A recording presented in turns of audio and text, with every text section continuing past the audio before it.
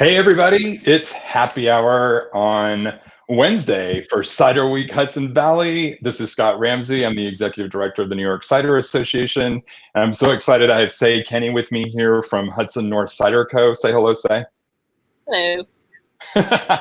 And today we are drinking the Summer Jam. I'm very excited by that. Cheers to you, Say. Sorry, I don't have my cocktail, guys. I'm still at work. We're still canning right now. We've been canning like crazy, so I figured at least enjoy it out of the can. But it is a bomb cocktail too. I'll be having it later. It's amazing. I'm so jealous. It's absolutely amazing. Well, it's like I said, if you were here, I'd make one for you. So next time. Out. Instead, you are working to produce the glorious thing that is Graft and Hudson North Cider. So that's a good thing. Yes. Keep doing that. We're trying. We're a little short-handed right now. We're actually hiring for a cellar tech. If anyone out there wants to work for Graft / Hudson North, we do 10 PTO days. We do a family-style like retreat. Lots of really good things. You're tax-free for 10 years with the state because you start in New York. Just gonna plug that a little bit. Yeah. Very nice. That's awesome. There is a board that we're starting to post for jobs in the cider industry. So be sure and send me the info and we can post it on that board. Definitely. Oh, you have every other Friday off. Nice. Nice. All right. So Solo Techs everywhere. Check it out. Exactly. So, hey, we have this awesome video that Edward Gibbons Brown did where he puts together this beautiful summer jam. So I'm going to cut away to that video and then we'll come back and we'll chat for a little bit. Okay. Perfect. Sorry. Awesome.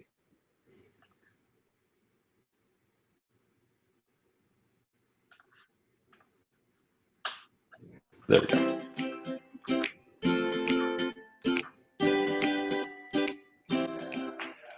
Hi, I'm Edward Gibbons Brown for Hudson North and Graft Cider in Newburgh, New York. Here to make a cider cocktail featuring Hudson North. If you like what you see here, please check out my video series, Cocktails for the Quarantine, which can be found on Instagram at Edward Gibbons Brown. Please don't forget to tip your bartender. Today we're going to be working with Hudson North Strawberry Rhubarb Cider. Refreshing, summery, dry, and hazy, made with local Hudson Valley apples. Tastes like strawberry jam. I could drink this all by itself, but that would make for a pretty weird cocktail feel. All right, let's start with a 1/4 ounce of lime juice, 1/4 ounce of simple syrup. By the way, if you want to make simple syrup at home, it's really, really easy. Just combine equal parts sugar and water in a sealable container, shake up, and dissolve the sugar. Follow that with 1.5 ounces of Mezcal.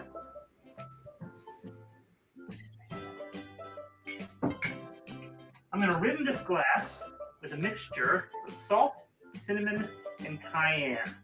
This is about 1 part cinnamon, 1 part cayenne, 2 parts salt, and I'm just going to do a half a rim on the glass so that you have a choice to taste it with or without. We'll shake this with 1 large cube. We want to chill it down but not dilute it too much since we're going to be topping up with the cider. We'll give that a short shake. Strain that over ice.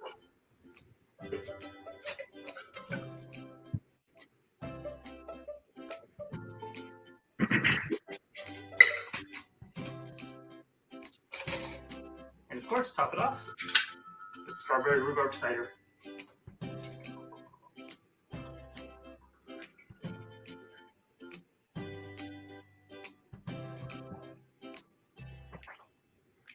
Basil leaf garnish. And there you have it. Summer jam. Cheers.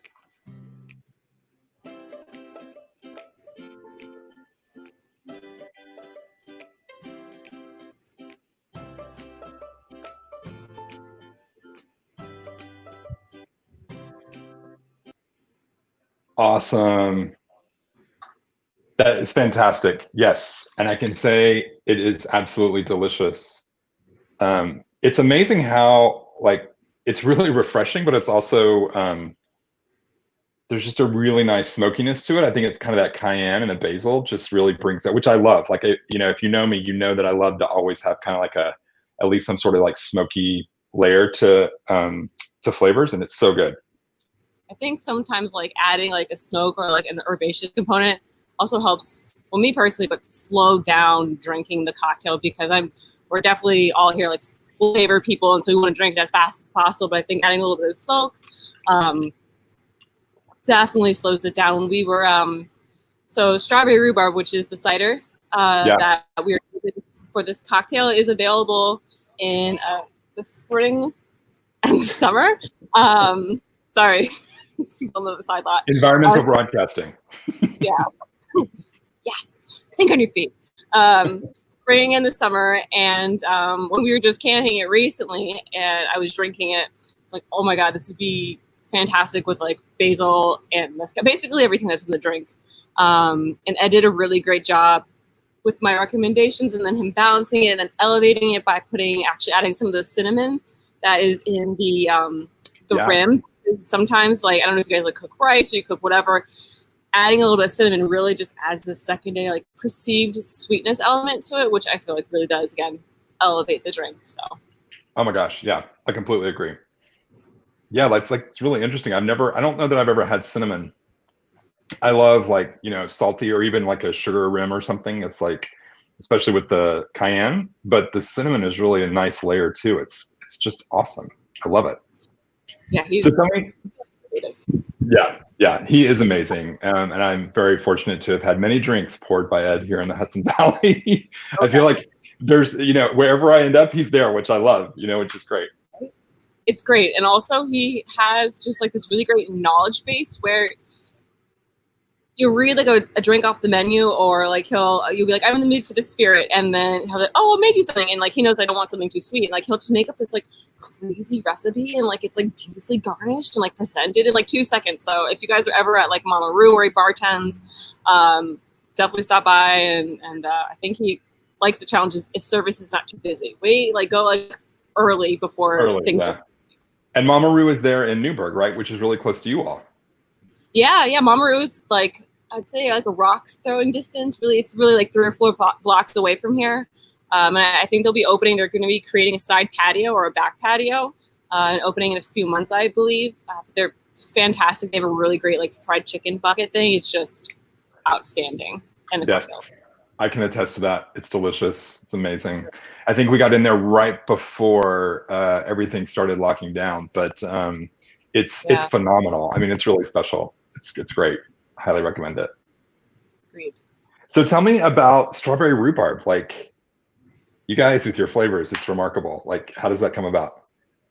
We really wanted to create flavors that we wanted to personally drink during said seasons. And so, we have toasted pumpkin for the fall. We were going to do a summertime one, and strawberry rhubarb was supposed to just be our spring, but we figured strawberry rhubarb just turned out so amazing. We're just going to roll it right through the summer, and it really, it's kind of like a summery twist on like a strawberry pie. Mm-hmm. It can be like really dense and thick and maybe more so for the winter, but we were thinking about like, thinking about summer like herbs and basil and mint and things that are in season, and that's why we came up with strawberry rhubarb, because it really just accents that flavor profile. And it's such a diverse, like, crushable, light and easy. Like, it's really bad. We bring the cider home to our family, and it just goes. It flies. Strawberry rhubarb, like a 6-pack. Yeah, and so I as a person who is learning about the actual process of making cider and what that entails, tell me about like the flavor piece. Like, when does that happen? How does that get layered in? Yeah, so we get all of our apples from Minard Family Farms, which is 6th generation. It's up in the Hudson Valley. It's about 45 minutes north of us. We get all of our apples from there, and then we back sweeten with a little bit of bittersweet French concentrate, which provides this little bit like this more like robust kind of like caramelly flavor profile. And in the world right now, concentrate's kind of like a dirty word, even though it shouldn't be, because you're literally actually probably just like saving on shipping costs, and you're actually just getting the flavor in a more pure form, essentially. And then you will reincorporate it with like the other cider that we have. And so, sorry for talking about concentrate, because it's not a bad thing. Those juice commercials led us to think that it is, and it is not. So we do that. So we ferment everything, and then after we add in the additional flavor profiles that we want to see. Nice.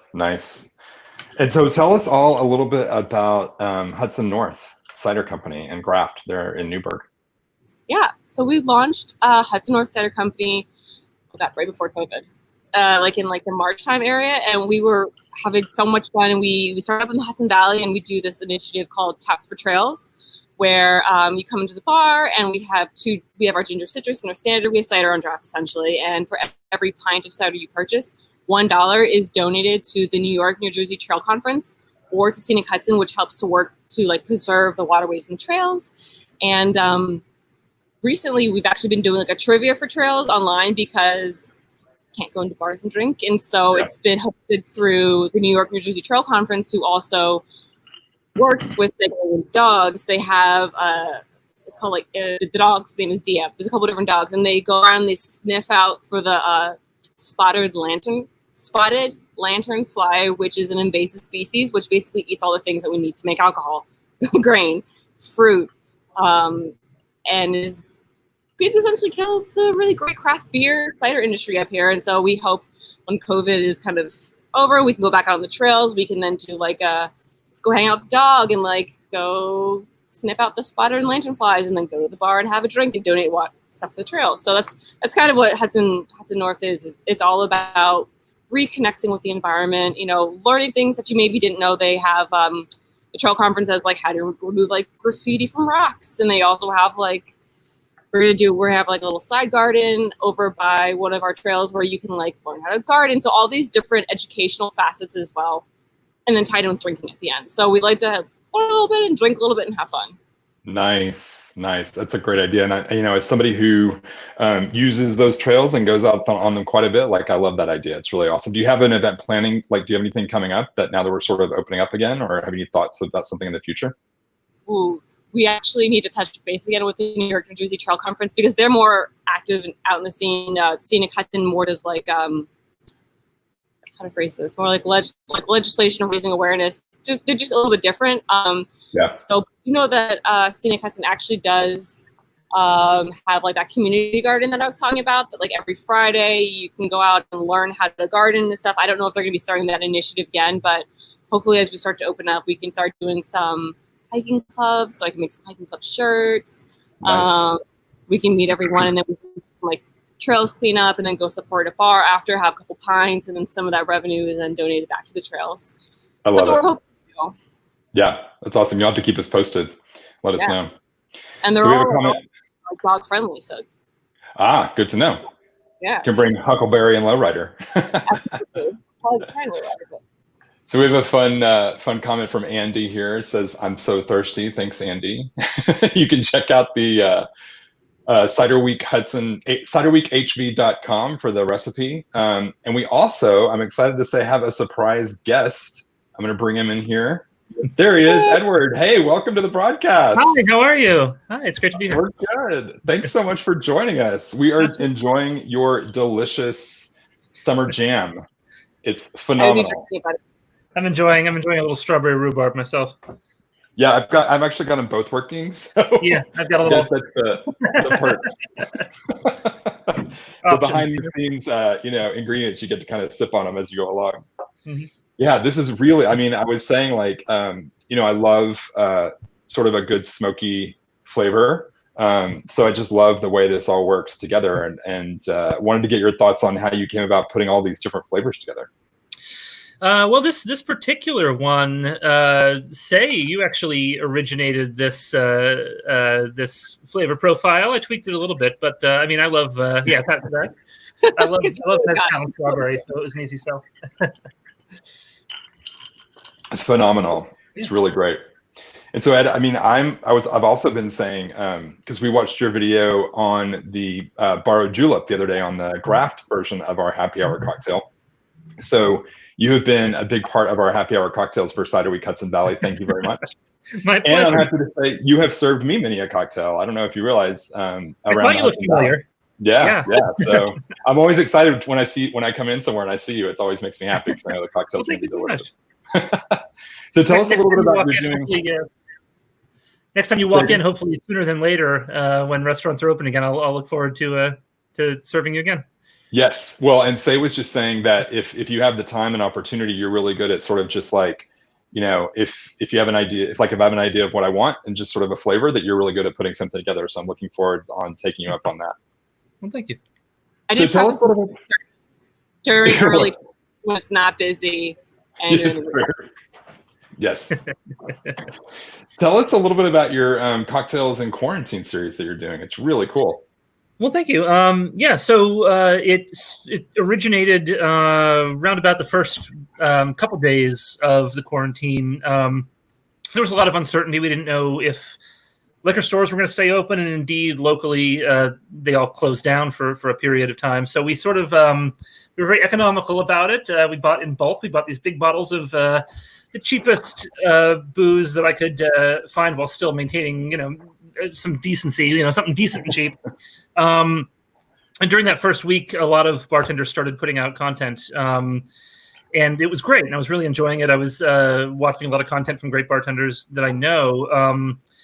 And I sort of turned to my roommate, who's a film student, Beth Fisher, who's studying film, and kind of said a little sheepishly, like, hey, do you think we should do something like this? Should we make cocktail videos? And if she'd said or no, I probably would have said, okay, and never thought any more about it. Instead, she immediately said, yes, we should do that. As much as I love all of the content I was seeing, I didn't want to do that. I didn't want to do like the kind of off the cuff, 2-minute long, watch me make a drink. And then that might've been maybe more engaging. Shorter content is more engaging, but I didn't care. I wanted to do something different. The focus became kind of democratizing cocktails, really saying like, listen, you don't have to spend much money. You can make a solid drink at home with whatever you have in the house. That you don't have to have all the fancy tools. You don't have to have all the fancy bartender skills or knowledge. You can make a good drink for, you can make a great old fashioned for less than $2, and here's how to do it. And then of course, just trying to fold in a lot of fun and comedy and have a good time with it. So I love it. And how did? Sorry. No, it's great. How did you both get connected? When did y'all meet? How long have you known each other? So I actually I don't know if you remember, but I can point to the exact moment. I do, but I feel like I'm going to be wrong. Really? You came into Kitchen Sink to sample some Graft ciders, and I was working there at the time. And I remember that. You're right. This was pre the other bar. This was probably 2-3 years ago, maybe almost something like that. Anyway, and that was my first introduction to the Graft brand as well, which then went on to use in the next program I did, and have been a fan of ever since. So I had no idea that's where I met you. I just thought. What was your answer, out of curiosity? Yeah. When did you think you met? When did you meet me? Yeah. Yeah, I met him at Mod when he was bartending, but also I have good memory in general. So, Edward, you have kind of been everywhere, so it's it's like easy to not remember when we first saw you. Also, as a salesperson, I was like just constantly in like panic mode because I don't know. Like, it's hard like walking up and meeting people, so I was probably like not cataloging like that memory. But yeah, no, I think I could tell at the time that you were a little like as well. But you sold us the cider, so it worked out.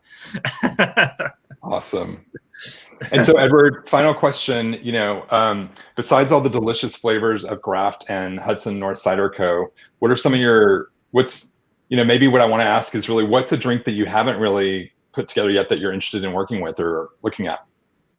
You mean in terms of a product, or? Yeah, like a cocktail or something that you are thinking about or that you haven't really quite mastered, but you're wanting to put together.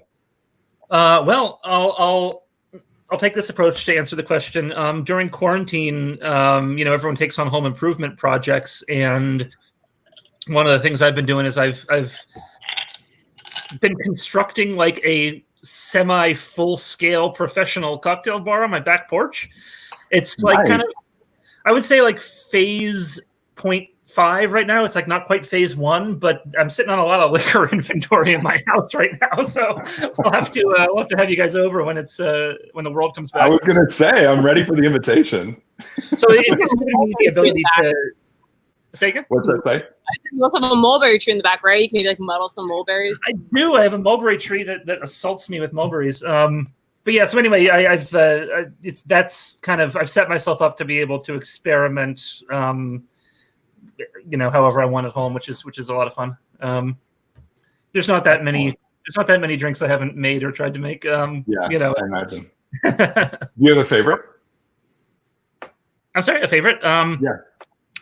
Difficult question to answer for me. I will say that my first love in the world of cocktails was a gin martini, and I still find that to be. I mean, it's in that beautiful elegance or simplicity. There's a lot of depth and a lot of stuff to explore in that drink as a template and in the drink itself. So I'm always trying to make the next best possible gin martini for myself. Nice. You will definitely have to pour one of those for me someday. That was when I sort of graduated to adulthood drinking and not, young 20s college age drinking. That was my first drink. For years, I was a gin martini drinker, and I just always loved it. And it was always, dynamic, as you said. For me, it's the way that I like to make a martini for myself has sort of signposted my own drinking maturity as well. I started out, I would have spent a lot of time probably very obnoxiously telling you why you had to swirl the vermouth and dump it. You know what I mean? And now that I'm very far removed from that martini drinker, and now it's a different thing. But but that's the beauty of that drink, though. Yeah, it's so phenomenal. Yeah. And so, say, question for you, same sort of thing. What's a flavor or some sort of adventure that you guys haven't done yet that you're interested in doing with Hudson North or Graft? Ooh. I feel like that might be an easier answer for Hudson North because we've only put out like 2 flavors or 3. But for Graft, we've done like a mochi series and a sake series, and they're probably still canning the slushy series inside, which I think is gonna be a lot of fun. But Ed is way better on the fly than I am about this. I don't know. I need to do like a stout sizer series, but we did that last fall, and I feel like I'm just not innovating on this right now. Right. I don't know. I'm just happy whenever we. Something will come to you. Got it. So I love Gibbons, which has onion, a little bit onion juice, right? In it, and I really love like weird herbaceous things that you wouldn't necessarily want in a drink. And I'm not saying by any means we should do this in any of our lines, but I would love if we made something that was a little bit more herbaceous or more like along that line of like vegetable flavor profile. Don't think it'd be a big hit. That's cool, because I tell you, every time I've done cocktails with Graft or Hudson North products, I tend to also go in a very herbaceous direction with them. So I think that'd be cool. I'd like to drink that. Let's try it. We are going to be doing, hopefully, we're using that like a cocktail series where Ed will like take Graft or whatever, and he actually made one for Lost Tropic, which was one of the ciders we were going to feature, but we ran out of it. But hopefully in the future he'll be doing like a cider cocktail series, and we'll be co-hosting with them. So. It's a fun, challenging thing to do, cider cocktails. I found it like a really interesting creative challenge to play with. He's really trying me with cider cocktails. I always thought they weren't that good until I had his, and I was like, oh damn, that's good.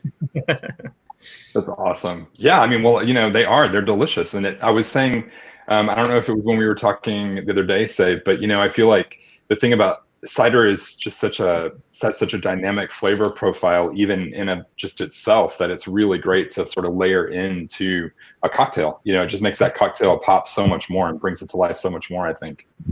Absolutely. Apples are a really great vehicle for flavors. You wouldn't necessarily think that, I guess, unless you're like working in the industry or you're a big apple lover.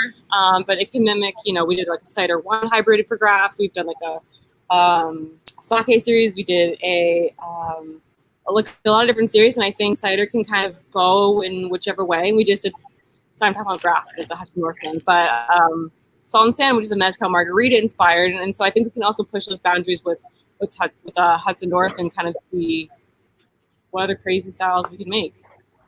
Awesome. Well, thank you both so much. This has been really fantastic. Edward, this drink is phenomenal. Made with Hudson North Strawberry Rhubarb. For everybody, there you go. There you go. So for everybody who's watching, if you want to get the recipe, you can go to ciderweekhv.com and go to our events tab. And right there under this event, you'll see the recipe listed right there. It will also tell you about how to get yourself some craft cider. So that's our Hudson North and Hudson North Cider Company. That's a good thing. And so I think, we have, say again? I was just about to do a bunch of plugging, but you got it. No, go for it. Go for it. Plug away. So you can say that you can get the local harvest pack, which incorporates our standard cider, our strawberry rhubarb cider, and then also our ginger citrus cider. And you can get that on our website at hudsonnorthcider.com, or just go to our Instagram page and it's linked. It's Hudson North Cider. And then we're actually doing a cider dinner on Friday. Not us, but Graph's a friend of us.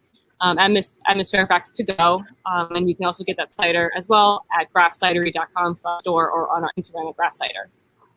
Yes. Perfect. And Edward, what were you going to say?